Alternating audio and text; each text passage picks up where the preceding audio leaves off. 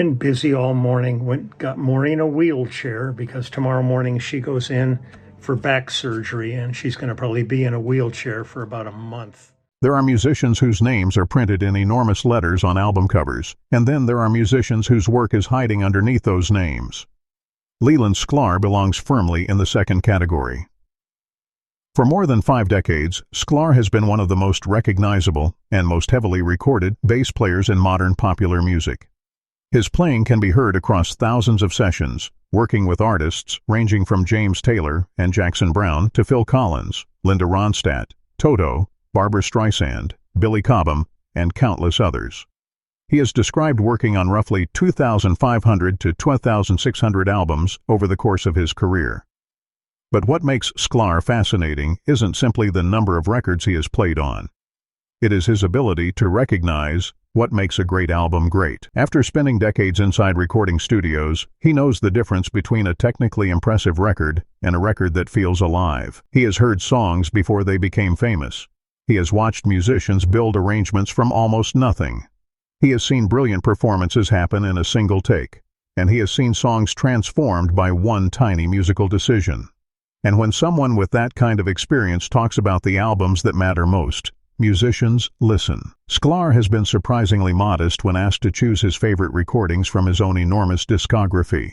In one interview, he joked that choosing a favorite was like deciding which child he liked, before pointing to early James Taylor and Jackson Browne records and Billy Cobham's Spectrum among the projects that were especially meaningful to him. In another interview, he was even more specific about Spectrum, calling it one of his favorite albums he had ever played on, and recalling that the entire album was recorded in only 2 days. So today, we're going beyond the obvious hits. We're looking at 6 albums that help explain the musical world Leland Sklar came from. 6 records that, from his perspective and based on albums he has singled out in interviews, represent the kind of musicianship that can feel almost impossible to improve upon. Number 1. Billy Cobham's Spectrum. If there is one album that immediately tells you why Leland Sklar is such a fascinating musician, it is Billy Cobham's Spectrum. Released in 1973, Spectrum was a landmark jazz fusion recording, built around drummer Billy Cobham, and featuring musicians including Tommy Bolin, Jan Hammer, and Leland Sklar. For Sklar, the record was much more than another session. It was an opportunity to enter a completely different musical environment. Sklar had already developed a reputation through his work in the emerging West Coast singer-songwriter scene. His association with James Taylor had helped transform him from a young musician into a first-call studio bassist almost overnight. He later became part of The Section, the influential group of musicians associated with James Taylor and Jackson Browne. But Spectrum pushed him into another world. Jazz fusion demanded something different. There was more improvisation, more harmonic complexity, more room for musicians to react to one another in real time. Number 2. James Taylor Mudslide, Slim and the Blue Horizon. If Spectrum represents the adventurous side of Leland Sklar, Mudslide, Slim and the Blue Horizon represents the moment that changed his life. James Taylor's 1971 album wasn't simply another successful singer-songwriter record. For Sklar, it was the beginning of an entirely new career. Before his work with Taylor, Sklar was a college student and a young musician who had not yet become the legendary session player the world would eventually know. Sklar has described his relationship with James Taylor as a life-changing event. He went from being a college student to becoming a first-call studio musician almost overnight. That transformation is difficult to overstate. Imagine being a young musician and suddenly finding yourself playing on a major album by one of the most important singer-songwriters of the era. But there was another person who played a critical role, producer Peter Asher. According to Sklar, Asher did something that proved enormously important to the musicians behind Taylor's records. Number 3. Jackson Browne, Running on Empty.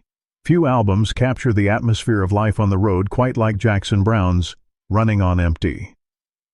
Released in 1977, the album blurred the line between studio recording and live experience. And for Leland Sklar, Jackson Browne wasn't simply another artist he worked with. Browne was part of the musical world that helped define Sklar's career. Sklar and the other members of the section became closely associated with Browne's music, and their work helped shape the sound of the West Coast singer-songwriter era. Running on Empty is especially interesting because of how it was recorded. Instead of creating everything inside a conventional studio environment, the album captured performances from different locations and situations connected to touring. The result is a record that feels like movement.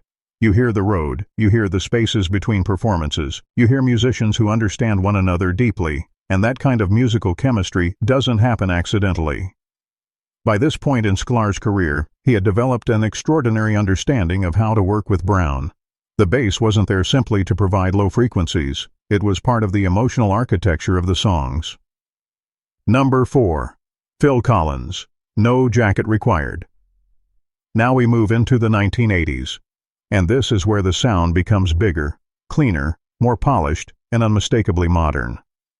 Phil Collins's No Jacket Required was one of the defining albums of the decade. Released in 1985, it became a massive commercial success and established Collins as one of the biggest solo artists in the world. And Leland Sklar was part of that story. Sklar's career with Collins demonstrates another extraordinary aspect of his versatility.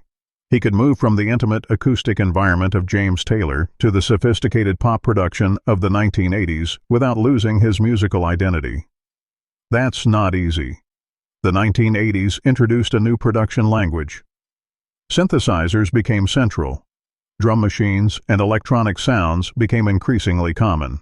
Digital recording technology was changing the studio. Yet Sklar's bass remained organic. His job was to provide a foundation underneath increasingly complex arrangements, and No Jacket Required is an excellent example of that balance. Because when someone who has played on thousands of albums tells you which recordings still mean something to him, you're not just hearing a fan's opinion, you're hearing the perspective of someone who is actually there. And sometimes, the person standing quietly behind the music is the one who understands it best.